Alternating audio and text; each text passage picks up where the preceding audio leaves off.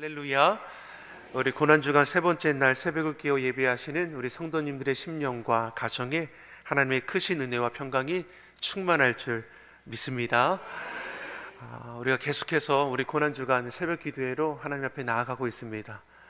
특별히 우리 이 시간을 구별해서 세우는 우리의 삶을 우리 하나님께서 기뻐하실 뿐만 아니라 이 새벽에 드리는 우리의 간구의 제목들마다 주 앞에 상달되어서 하나님의 때에 여호와 일의 은혜로 충만하게 임하게 될 줄 믿습니다. 우리 주의 자녀들은 어떻게 기도하는 자입니까? 믿음으로 기도하는 것이죠. 여러분, 믿음으로 선포하시기 바랍니다. 내 생각을 선포하라는 것이 아니라 하나님의 말씀을 붙들고 선포하면 그 말씀이 능력이 되고 생명이 되고 실제가 될 줄 믿습니다. 예수님께서는 오늘 말씀을 통해서 우리에게 무엇을 말씀합니까? 겸손한 자, 낮은 자를 기뻐하신다라는 것을 우리에게 말씀해 주고 있습니다. 본문의 말씀을 보면 예수님이 참된 신앙, 거짓된 신앙에 대해서 우리에게 가르쳐 주는 것을 볼 수 있는 것이죠. 서기관들과 바리새인들의 그 신앙의 모습이 어떠했느냐? 처음부터 이렇게 교만하거나 그 변질된 모습은 아니었을 것입니다. 그런데 시간이 지나면서 저들의 순수함은 잃어버리고 점차 변질되어 갔음을 우리에게 가르쳐 주는 것이죠. 우리는 주님의 은혜 가운데에 변화를 입은 자들입니다. 아멘이시죠? 죄인에서 의인으로 본질상 진노의 자녀에서 약속 있는 하나님의 자녀로 바뀌어졌습니다. 아멘이시죠? 주의 볼의 피가 우리를 이렇게 구분해 주신 것이죠.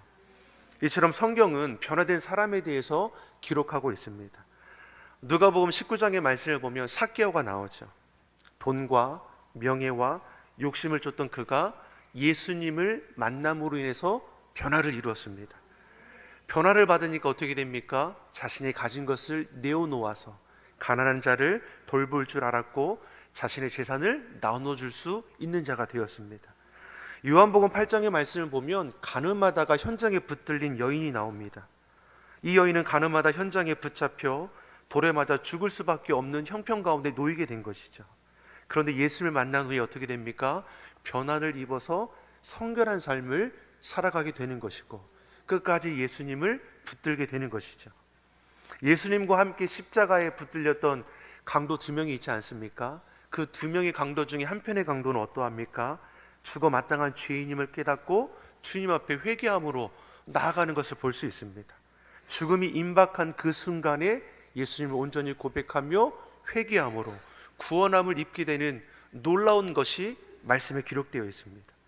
이처럼 변화된 사람의 공통점은 무엇입니까? 한 사람도 예외 없이 예수님을 온전히 고백하며 주님을 만난 후에 참된 회개가 저들 가운데 일어났다라는 것이죠. 변화의 첫 단계가 무엇입니까? 주님을 만남으로 인해 회개가 일어났다라는 것이죠. 사도 바울도 어떠합니까? 처음부터 전도자였습니까? 그렇지 않죠. 핍박자였음에도 불구하고 주님을 인격적으로 만남을 통해 그 삶이 전도자의 삶으로 변화되었습니다. 주님을 모르고 살던 인생에서 주님과 함께하는 인생으로 전환이 일어났습니다. 이전에 잘못된 자신들의 모습은 끊어내고 새로운 방향으로 살아가는 것, 변화된 삶의 모습을 성경이 우리에게 가르쳐 주는 것이죠. 반면에 변화된 인생만 기록되어 있습니까? 그렇지 않죠. 변질된 인생들도 기록되어 있습니다. 이스라엘의 초대왕 사울은 어떠합니까? 그 시작은 신실했습니다. 그런데 권력에 취하면 취할수록 변질되어 가는 것을 우리가 볼 수 있는 것이죠. 하나님의 뜻과는 무관하게 세상 권세의 자리를 지키기 위해서 하나님의 뜻을 대적하기도 했다는 것이죠. 가룟 유다 어떠합니까? 택함받은 예수님의 제자였습니다. 그런데 재물에 취해서 변질되는 것이죠. 돌이킬 수 있는 여러 차례가 있었음에도 불구하고 세상 재물 포기하지 못하는 것입니다. 결국 사단이 주는 악한 생각에 사로잡혀 그 인생이 얼마나 허무했습니까? 아나니와 삽비라는 초대교회에서 인정받던 믿음의 가정입니다. 연약한 자를 돌봐줄 줄 알았고 교회를 지키고 세워갈 줄 알았습니다. 그런데 악한 마음에 붙들리게 되니까 어떻게 됩니까? 사람의 인정을 원하게 되었다라는 것이죠. 그래서 자신의 모든 것을 다 내어두고 하나님에 바치는 것처럼 했지만 일부는 감춰두고 마치 전부를 하나님께 드리는 것처럼 속이는 일도 일어나지 않습니까? 변질된 자의 삶의 모습이 어떠합니까? 비참하게 지는 것이죠. 깨닫고 돌이킬 수 있는 그런 기회가 있었음에도 불구하고 어떠합니까? 끝까지 저들은 악한 마음을 놓치지 못했다라는 것이죠. 강팍하고 교만한 마음이 하나님의 긍휼의 마음을 거절하고 심판의 길을 고집하게 만드는 것을 우리가 볼 수 있는 것이죠. 이처럼 변질된 사람들에게도 공통점이 있습니다. 그들이 무엇에 사로잡힙니까? 악한 생각에 사로잡혔다라는 것이죠. 사단 마귀가 주는 악한 괴계에 무너졌다라는 것입니다. 그들은 회개하지 않죠. 끝까지 자기를 합리화하는 것입니다. 내가 변화되어야지, 내가 바뀌어야지 해결될 모든 문제들을 자신은 달라지지 않고 오히려 다른 사람과 세상을 탓하는 일들이 더 많다라는 것입니다. 우리 안에서 변화된 모습은 계속해서 자라나야 하겠지만 변질된 모습이 발견된다면 이것을 우리가 끊어낼 수 있기를 예수님의 이름으로 소망합니다. 몸에 변질된 종양이 계속해서 자라게 되면 우리의 몸을 괴롭게 할 것입니다. 우리의 마음과 생각과 정신과 영혼 속에도 우리를 자꾸만 변질되게 하는 그 악한 생각들은 우리가 끊어내야 하는 것이죠. 육체가 되었든 마음이 되었든 변화된 우리의 삶의 모습은 계속해서 키워가야 하지만 변질된 것이 있다면 잘라내고 끊어낼 수 있는 그런 담대함이 우리 안에 있기를 간절히 소망합니다. 오늘 본문에 나오는 서기관들, 바리새인들, 그 신앙과 삶이 변질될 수밖에 없었다라는 것이죠. 저들에 대해 표현하기를 읽지는 않았지만 우리 본문의 2절의 말씀을 보면 저들이 어디에 앉기를 좋아했느냐? 서기관과 바리새인들은 모세의 자리에 앉는 것을 좋아했습니다. 모세는 하나님으로부터 율법을 받아서 이스라엘 백성들에게 전해진 인물입니다. 뿐만 아니라 이스라엘 역사 속에서 손에 꼽히는 민족의 지도자 바로 모세이죠. 문제는 서기관들과 바리새인들이 율법을 가르칠 때 앉는 그 자리를 가리켜 모세의 자리라 칭했습니다. 마치 자신들도 모세와 같이 절대의 권위 있는 자처럼 보이고자 했다라는 것이죠. 문제는 이들은 율법을 해석하고 가르치는 자로서의 책임 있는 삶을 살지는 못했다라는 것입니다. 그러니 예수님께서 3절의 말씀을 보니까 그들이 하는 행위를, 그들이 말하는 바는 행하고 지키되 그들이 하는 행위는 본받지 말라라고 했습니다. 저들이 말하는 바는 무엇입니까? 하나님의 율법이죠. 저들이 전한 하나님의 율법은 지켜 행하되 그들이 하는 행동들, 저들의 삶의 모습은 본받지 말 것을 말씀했다라는 것이죠. 입술로는 하나님의 말씀을 증거하죠. 가르쳤습니다. 근데 삶으로는 그 말씀과는 무관하게 살아갔다라는 것이죠. 말과 행동이 일치하지 못했습니다. 말뿐인 신앙, 아무런 힘과 능력이 없는 신앙, 변질된 신앙이라는 것을 오늘 우리에게 가르쳐 주는 것이죠. 사람은 높은 지위에 있을수록 허명에 매여서 자신을 낮추고 낮은 자리에 서기가 참으로 어렵다라는 것이죠. 섬김을 받다 보니까, 높임을 받다 보니까 스스로 그 마음까지 높아져 있다라는 것이죠. 그래서 교만에 빠지게 되는 것입니다. 어떤 목사님이 이런 우스개 예화를 하더라고요. 어떤 집사님이 죽어서 천국에 들어갔는데 예쁜 화동이 나와서 꽃다발을 안겨주며 맞이했다라는 겁니다. 그 집사님이 참 훔척해서 천국 생활을 즐겁게 했습니다. 근데 어느 날 누군가 오더니 베드로가 직접 꽃다발을 들고 맞이하려 기다리고 있다는 겁니다.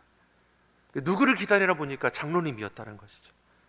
베드로가 맞이할 정도로 장로님이 천국에 들어오는 것은 하도 드문 일이라 그리했다는 겁니다. 그렇게 한참이 지나고 이번에는 세기에 한 명 올까 말까 하는 사람이 온다고 천국이 떠들썩합니다. 예수님이 꽃다발을 들고 직접 맞이할 정도니 얼마나 대단한 사람일까. 드디어 그 사람이 천국 문지방을 넘어 들어오는 것을 보고 예수님이 진짜 왔구나 하시며 놀라면서 맞이했습니다. 예수님이 놀라실 정도로 천국에서 맞이한 희귀한 사람 누구입니까? 목사였습니다. 높은 지위, 섬김을 받다 보고 높임을 받다 보니 스스로 그 마음까지 높아져서 하나님 보시기에 기쁨이 되지 못할 때가 있지 않냐는 것이죠. 예수님 당시 대사장들과 율법학자들의 불행이 바로 여기에 있습니다. 허명에 빠져서 자신의 지위와 신분을 잊어버린 것이죠. 껍데기에 집착해서 참된 가치를 잃어버리고 만 것입니다. 대제사장이 누구입니까? 오늘로 따지면 목회자이죠. 그는 하나님 앞에 백성들을 대신하여 서는 자였습니다.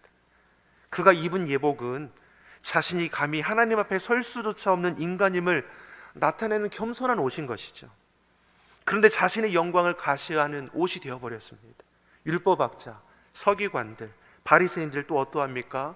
하나님의 율법을 연구하고 낭독하고 가르치는 자들로서 백성들에게 존경을 받았습니다.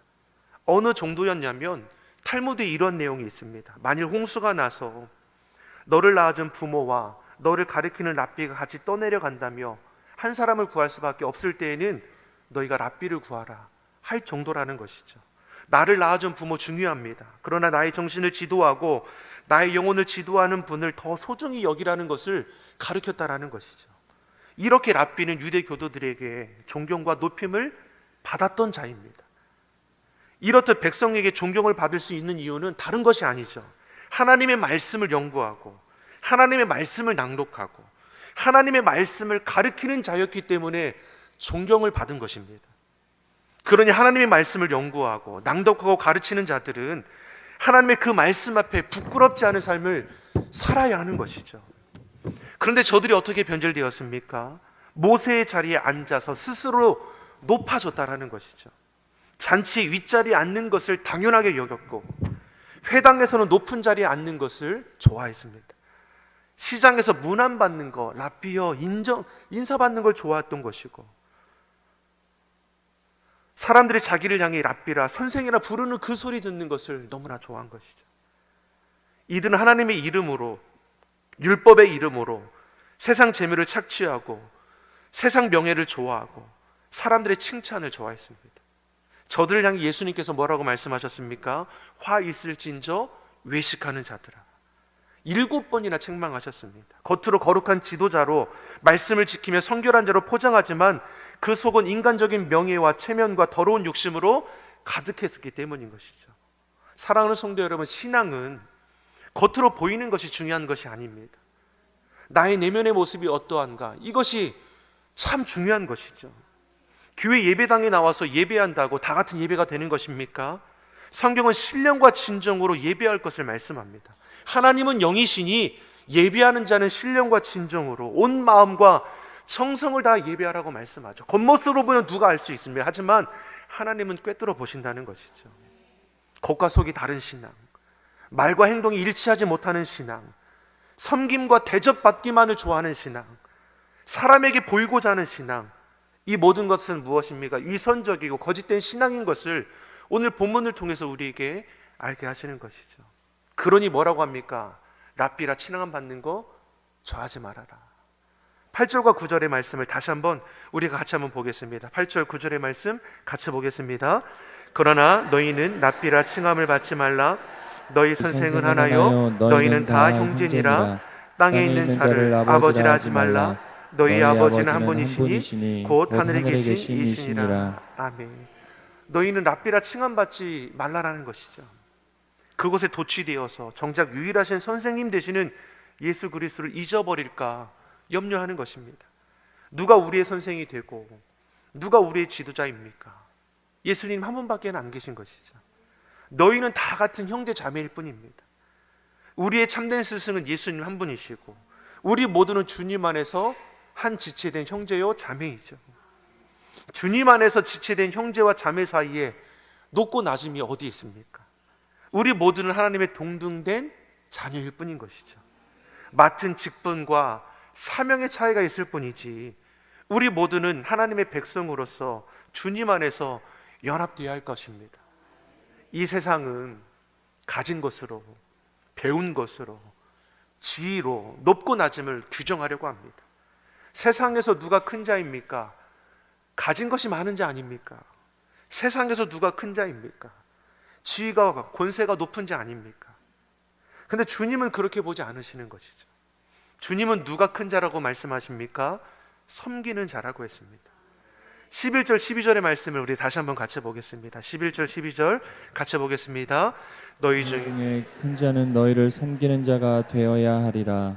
누구든지 자기를 높이는 자는 낮아지고 누구든지 자기를 낮추는 자는 높아지리라. 아멘. 누가 큰 자입니까? 자기를 높이는 자가 아니라 자기를 낮추는 자이죠. 바로 겸손한 자입니다. 서기관들과 바리새인들은 스스로 높아지고자 하는 자로서 이들은 하나님께 받을 상이 없다라고 했습니다. 이들은 하나님이 아닌 사람에게 보이고자 했습니다. 사람들의 칭찬, 그 존경이 마치 자신들의 가치를 나타내는 것으로 착각한 것이죠. 저들 눈에는 하나님이 자신을 어떻게 보고 계시는지는 아무런 생각조차 없었습니다. 하나님이 주신 말씀도 자신들을 자랑하는 도구로 사용할 뿐이라는 것이죠. 주님은 저들을 향해 단호히 말씀하시죠. 자기를 높이는 자는 낮아지고 자기를 낮추는 자는 높아지리라. 누가 최고입니까? 자기를 낮출 줄 아는 자입니다. 하나님 나라의 최고는 누구입니까? 겸손한 자인 것이죠. 예수님께서 인정하시는 최고의 사람, 하나님께 찾으시는 최고의 사람, 바로 겸손의 사람임을 우리가 꼭 기억할 수 있기를 예수님 이름으로 축원합니다. 옆 사람에게 이렇게 축복하겠습니다. 섬기는 당신이 최고입니다. 아멘이시죠? 여러분, 섬기는 우리 시온성교회 성도님들이 최고가 됨을 믿습니다. 자기를 낮추는 겸손한 성도가 되시기 바랍니다. 우리가 고난주간 새벽을 우리가 예배로 드리고 있는데, 여러분 이 고난주간에 여러분 삶의 자리에서 섬기는 자가 되시기를 간절히 소망합니다. 여러분 많이 배우셨습니까? 많이 가지셨습니까? 여러분의 지위가 좀 높은 자리에 있으십니까? 그것이 여러분에게 섬김의 도구가 되기를 간절히 바랍니다.